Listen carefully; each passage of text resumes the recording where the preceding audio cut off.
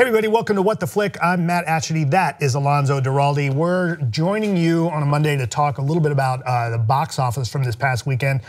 Do a little bit of news coverage. As you know, there's been a lot of news on a particular subject in Hollywood for the last few weeks. Most notably, Thor still at #1 at the box office. Oh wait, no. But let's talk about that box office. Sure, yeah, absolutely. Yeah, Thor came in at #1 again. I think what the real news here is that yes, the Marvel movie is making money hand over fist, and good for them. But we're seeing other kinds of movies actually having a showing. You know, I think there's been this concern that Hollywood's putting all of its eggs in the superhero basket, and then when the day inevitably comes that genre falls apart, then what are they going to do? But you know, you're seeing Daddy's Home 2, not a movie I liked, but definitely aimed at a different demographic. Murder on the Orient Express, which is aimed at the ever elusive adult film goer. Both of those had they came out with not bad numbers this week. Yeah, and before we started taping, you mentioned Bad Moms Christmas, which only dropped about 31% in its last weekend from its opening weekend. That's a very light week-to-week drop, especially for a movie that opened on a Wednesday.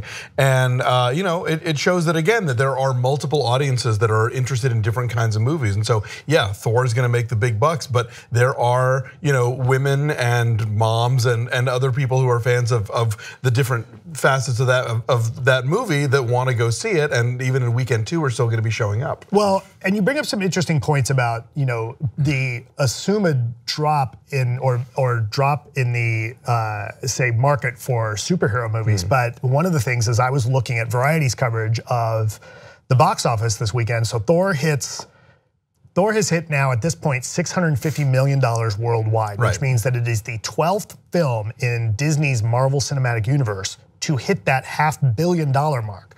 So as much as everybody else may be dropping the ball in certain places.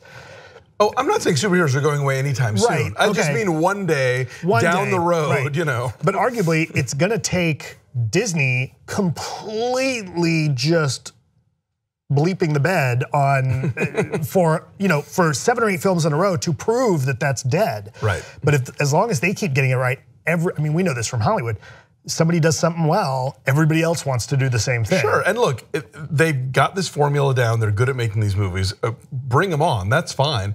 I just want to see a film industry that is covering their bases and balanced and aiming different kinds of movies at different kinds of people. There are a lot of people who want to see Thor. There are also a lot of people who want to see something else. And so it's nice that there are some something else's out there, and that while they may not be doing crazy hand over fist numbers, they're they're viable. So we'll talk about what may help lead to that in a minute. That is, I think, somewhat tangential to the other news we're going to talk about. But one of the things I thought was really interesting this weekend. So Daddy's Home 2 did 30 million at the box office, and Murder on the Orient Express did 28 million. And I never would have believed that Daddy's Home 2 had a higher budget. Daddy's Home 2 was a $70 million picture, and Murder on the Orient Express was a $55 million picture. Oh my God, right? really? Like, come on. Wow. Right? Is that just about star salaries? I guess so. I guess so. Not that Murder on the Orient Express is lacking for stars, obviously. No, but I guess that you have to figure that Wahlberg and Farrell are pulling enough salary to, especially Wahlberg these days, pulling enough salary to jump that number up. But if you had told me, I would have never, first of all, I would have never thought that Daddy's Home 2 is a $70 million movie, come on. And Murder on the Orient Express made cheaper than that, that's right. Because that feels like the big, now granted, that movie is a little bit of a locked room mystery. It isn't necessarily epic, but shot on 65 millimeter, and the whole. The thing is though, of those two movies, obviously Murder on the Orient Express, I think is much more viable internationally. Probably so.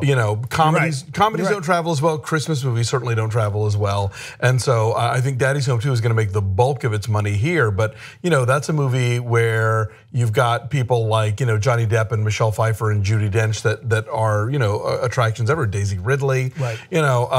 So I think that Branagh may lose out to Daddy's Home 2 and to Thor here, but weirdly, actually he directed the first Thor. And so here's the nerd appeal of what you were talking about, Murder on Orient Express, right? You get to see Ray and M and Catwoman and Jack Sparrow, all in the same movie.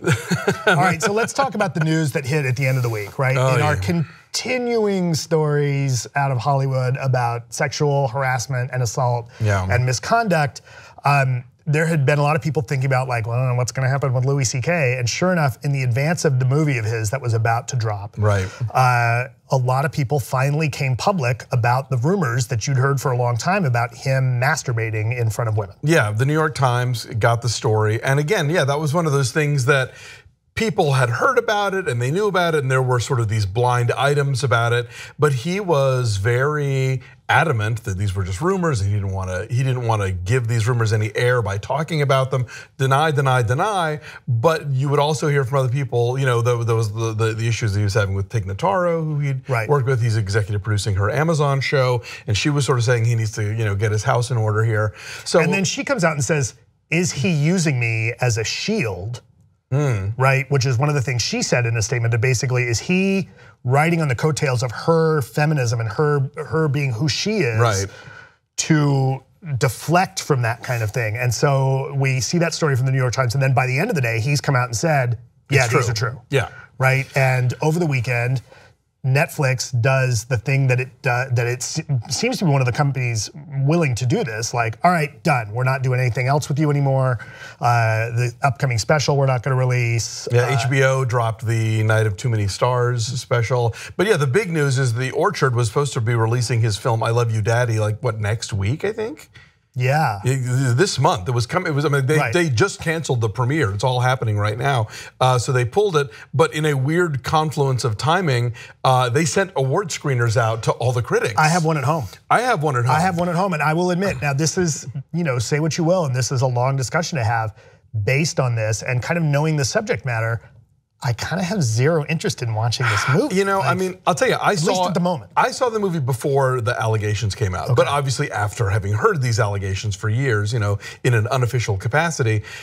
And it does color the film because the film has this really sort of queasy sexual politics to it, where you have, John Malkovich plays a very sort of Woody Allen-ish character who's this older, much respected filmmaker, but who has a thing for young girls.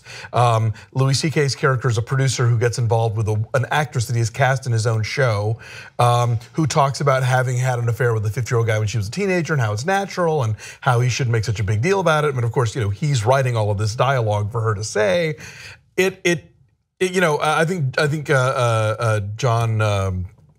John Oliver nailed it when he referred to the film as Exhibit A if this ever goes to trial. Right. There's a lot of sort of nakedly like, wow, okay. I mean, the thing about Louis C.K.'s comedy is that he's talked about so much of this stuff in a way, in a very frank way, but in a way that seemed like it was from a perspective of, but that's not me, or I have this under control, or I realize there's something strange about my hangups about this stuff. And then you come to find out, no, he does not have it under control, and he is, doing this stuff to women, and so it just all gets very uncomfortable. Yeah, and I read an interesting piece about a couple pieces that had some writers talking about like that he asked for permission, like still kind of isn't okay because it falls into the politics of the power involved, right? Like Louis C.K. is a guy who is a household name producer and he can offer people work, and so a lot of times you could argue it is in someone's best interest to at least just keep not say anything,